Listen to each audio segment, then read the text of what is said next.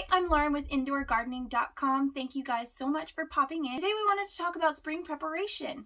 There is so much going on and so much happening in the springtime. There is new growth popping up everywhere. We get more sunshine. A lot of things change, including our energy levels, which is just fantastic. We have a lot more energy to do things. Here's a list of things that we can do to make our plants happy this summer and prepare for that extra awesome spring growth and then the summer that follows that. The first thing that we need to worry about is fertilization. Now that our plants are going to be actively growing even more than they were in wintertime, because for some tropical plants they do continue to grow through winter and you do fertilize them continuously, but you might want to think about increasing some of that fertilizer or beginning to fertilize your plants come springtime. The next thing to be concerned about is adjusting your lighting.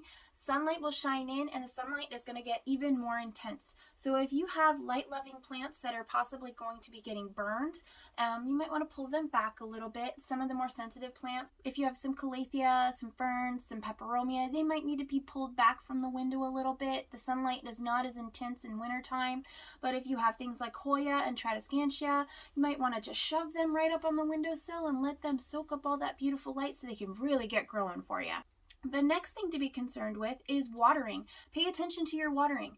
As the heat comes in, things are going to dry out much faster. Also, as plants are growing, they will be utilizing more water. They will probably need to be watered more than they were in wintertime. Another thing to consider is if your heaters are turned off. As your heaters turn off, they will not be soaking up all of that moisture in the air. You may find that your humidity is a little bit higher, and this may prevent water from evaporating off from your plants as much. They may stay more wet longer comparatively if the temperatures do not get as hot as quickly. This is going to vary from home to home, from room to room. You have your own miniature ecosystems in there. This is not a one-size-fits-all. This is just a heads up. Pay attention. Look, things might be changing. The next thing you might want to worry about is acclimating your plants. If you're going to be opening your windows, if you're thinking about setting these plants outside, be they young seedlings or house plants, you are going to want to kind of adjust them to the brighter light, to the cooler or warmer temperatures depending on what you have going inside the house.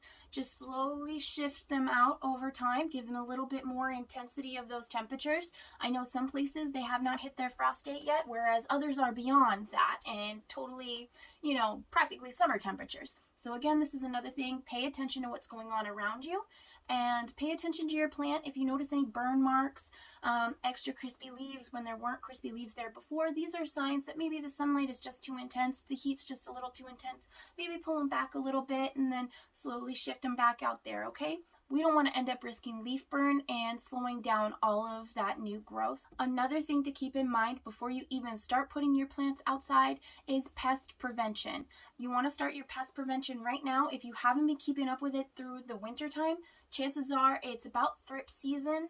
Thrips and spider mites. When your plants grow more dense foliage, it's going to be harder to find these pests. So you want to make sure that you give them all of their treatments beforehand, that you're keeping up on things, you're wiping things down. If you're using insecticides or if you need to order beneficial bugs, whatever your pest prevention plan is, now is the time to implement it before there is so much new growth and the foliage is so thick that you cannot find the pests in there. And that way you don't notice until half your plant is gone. Just better to stay on top of it. The thing to consider is repotting your plants. Over wintertime, your plants have continued to grow. With this new growth, your plants will have grown their roots as well as their foliage. So you might want to check and see if there are any roots peeking out, if they have utilized all of the nutrients. If they've been in that pot for more than a year, chances are they might need a repot.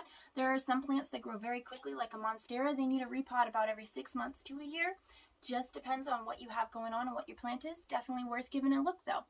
And if you are going to be repotting any plants, what you're going to have to do after that is a little bit of spring cleaning. You want to trim up the foliage, you want to trim off any dead leaves, you want to clean your pots, you want to wipe down your shelves, you want to just give everything overall a nice spring clean. Now that there is going to be active growth on your plants, you want to consider how they are going to be growing. How do you want them to be growing? You can use what is called intentional pruning. You can trim your plants at certain angles, at certain points on the plants. Bonsai users use this technique all the time in early springtime in order to get the shape of the plant that they're looking for. You can definitely do that. But after that, you have all of these cuttings, all of these trimmings. What do you do with them? you can propagate them. Depending on what type of plant you've cut and where you have put these chop marks, you should definitely have the ability to propagate some of these plants and create new plants. You can grow whole new plants from certain plants with just leaves, just stems, if they have nodes. We'll do a whole other video on that in a couple weeks. So make sure you subscribe. That way you can stick around and see when that video comes out and get a little bit more information about some of these things, okay? Another thing that you want to do in early springtime is stock up on those spring supplies. If you have potting mix, you know there's going to be bigger plants that are going to need repotting later. Now is the time to go and get those potting items. Now is the time to go and get those new plants as they're coming into the nursery. Now is the time to stock up on your perlite. If you need any kind of new tools, if you need sharpening materials for your shears or whatever, if you are looking to get tools, there's quite a few like discounts, coupons, sales and stuff going on right now. Definitely a good time to take a look around and see what's out there that you need and maybe pick some of those items up before they're sold out. I know I personally like to wait until clearance time, but I miss out on a lot of things doing it that way. So it just depends on what you need and what you're willing to pay for it. If it's something that you really, really want, now might be the time to go for it. It is springtime. Like I said before, there is a lot of potting supplies out there. There's a lot of new plants out there. One thing that we all seem to get caught up on is getting all the plants. And then we don't have room and we can't care for all of them. So before you go shopping for all of your plants, sit down, make a plant wish list, decide what plants you really want this year. And it doesn't matter whether you're indoor gardening, whether you're growing fruits and vegetables, whether you're ordering seedlings, whether you're going and you're picking up beautiful, lovely houseplants. Any one of these, it can be easily overwhelming. You can buy too many, bring too many home. And I know we like to joke and say that there's never too much of blah, blah, blah, you know, but there is such a thing as too much for one person to handle at one time, trying to learn everything. And that's okay. This can easily be solved by just making a wish list of what you're kind of trying to stick to.